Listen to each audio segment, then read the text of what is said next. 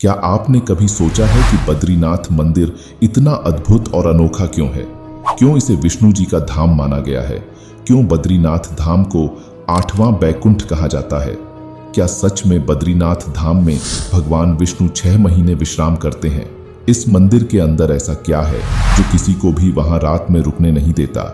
आज हम इन सवालों के जवाब ढूंढने की कोशिश करेंगे। आपको एक ऐसी यात्रा पर लेकर चलेंगे जो आपको हैरान कर देगी और आपकी हर जिज्ञासा को शांत करने का प्रयास करेगी।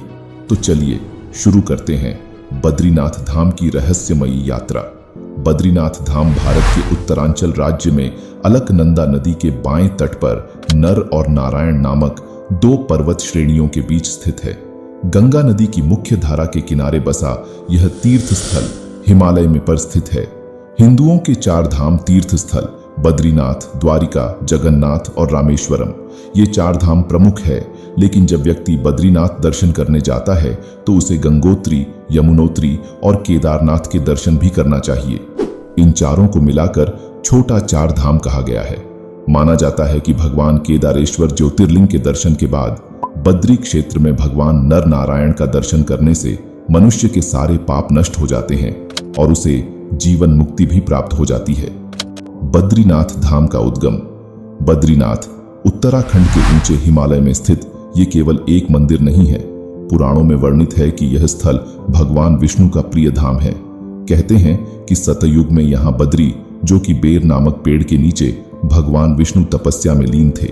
इतनी कठोर ठंड थी कि देवी लक्ष्मी ने बद्री रूप धारण कर उनके ऊपर एक छाया बना दी।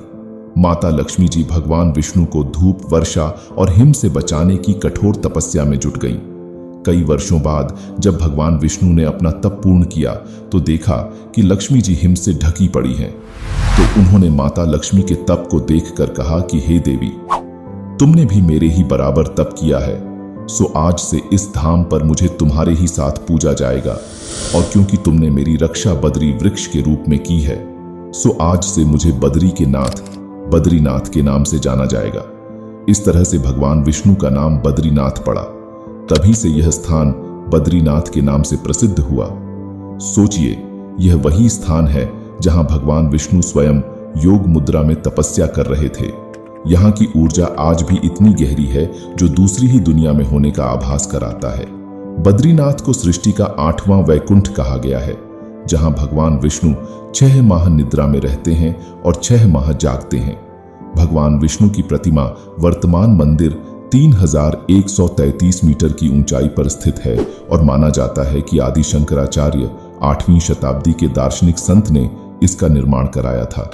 बद्रीनाथ मंदिर का रात्रि का रहस्य। क्या आपको पता है कि बद्रीनाथ मंदिर में रात को कोई नहीं रुकता? कहा जाता है कि रात के समय यहाँ देवताओं का प्रवेश होता है। मान्यता है कि रात के समय मंदिर के अंदर साधारण इंसान का रुकना संभव नहीं है। सुबह पुजारी जब मंदिर का द्वार खोलते हैं तो अंदर का दृश्य ऐसा होता है मानो वहां किसी ने रात भर पूजा की हो। फूल ताजे मिलते हैं, दीपक जले रहते हैं। कहा जाता है कि यह देवताओं की पूजा का संकेत है। लेकिन सोचने वाली बात यह है कि ऐसा कैसे हो सकता है? गर्म पानी का रहस्यमयी कुंड। बद्रीनाथ मंदिर के पास एक अनोखा तप्त कुंड है, एक गर्म पानी का कुंड। अजीब बात यह है कि जहां चारों ओर बर्फ ही बर्फ है, वहीं इस कुंड का पानी हमेशा गर्म रहता है। यहां तक कि सर्दियों में जब मंदिर बर्फ में ढक जाता है, यह कुंड ठंडा नहीं होता। विज्ञान भी आज तक इसका कारण नहीं ढूंढ पाया है। क्या यह भगवान विष्णु की शक्ति का प्रमाण है या किसी अलौकिक ऊर्जा का संकेत? नर नारायण पर्वत का अद्भुत रहस्य। बद्रीनाथ मंदिर के पास स्थित 2 पर्वत नर और नारायण, जिनके बारे में कहा जाता है कि ये भगवान विष्णु के भक्त नर और नारायण के प्रतीक हैं। पुराणों में वर्णित है कि भगवान विष्णु ने इन दोनों पर्वतों के बीच में स्वयं को स्थापित किया था। कहा जाता है कि ये पर्वत बद्रीनाथ की रक्षा करते हैं और किसी भी बुरी शक्ति को इस धाम में प्रवेश करने से रोकते हैं। यहाँ तक कि यह भी माना जाता है कि इन पहाड़ों में रात को हलचल सुनाई देती है, जैसे कोई साधना में लीन हो। सोचिए, ये किस प्रकार की ऊर्जा होगी? भविष्य में नहीं होंगे बद्रीनाथ के दर्शन। माना जाता है कि जिस दिन नर और नारायण पर्वत आपस में मिल जाएंगे, बद्रीनाथ का मार्ग पूरी तरह बंद हो जाएगा। भक्त बद्रीनाथ के दर्शन नहीं कर पाएंगे। पुराणों अनुसार आने वाले वर्षों में वर्तमान बद्रीनाथ धाम और केदारेश्वर धाम लुप्त हो जाएंगे और वर्षों बाद भविष्य में भविष्य बद्री नामक नए तीर्थ का उद्गम होगा।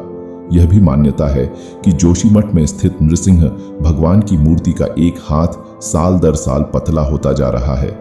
जिस दिन यह हाथ लुप्त हो जाएगा उस दिन बद्री और केदारनाथ तीर्थ स्थल भी लुप्त होना प्रारंभ हो जाएंगे। मूर्ति का अद्भुत स्वरूप। बद्रीनाथ के गर्भगृह में स्थित विष्णु जी की मूर्ति यह साधारण मूर्ति नहीं है। बद्रीनाथ की मूर्ति शालग्राम शिला से बनी हुई चतुर्भुज ध्यान मुद्रा में है। यहाँ नर नारायण विग्रह की पूजा होती है और अखंड दीप जलता है जो कि अचल ज्ञान ज्योति का प्रतीक है। कहते हैं कि यह स्वयं भगवान विष्णु का रूप है जो पृथ्वी पर रहने का संकल्प लेकर यहाँ स्थापित हो गए। इस मूर्ति की एक खास बात यह है कि इसे ठंड के मौसम में विशेष प्रकार के कपड़े पहनाए जाते हैं।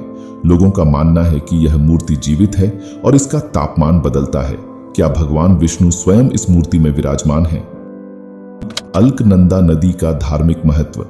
बद्रीनाथ के पास बहती अलकनंदा नदी, इसे केवल एक नदी नहीं कहा जा सकता। कहा जाता है कि यह गंगा का ही एक रूप है जिसे भगवान शिव ने स्वर्ग से पृथ्वी पर लाया था। अलकनंदा का पानी बेहद पवित्र माना जाता है और इसे विष्णु जी की ऊर्जा का एक अंश माना जाता है। पुराणों में ऐसा कहा गया है कि इस नदी के किनारे स्नान करने से व्यक्ति के पाप समाप्त हो जाते हैं। बद्रीनाथ मंदिर का अनोखा वास्तुशिल्प। बद्रीनाथ का यह मंदिर 10वीं शताब्दी में बनाया गया था और यह आज तक उसी अवस्था में खड़ा है। इतनी ठंडी जगह पर भी यह संरचना बिना किसी क्षति के खड़ी है। इसकी बनावट ऐसी है कि इसे बर्फ और तूफानों का सामना करने में कोई परेशानी नहीं होती।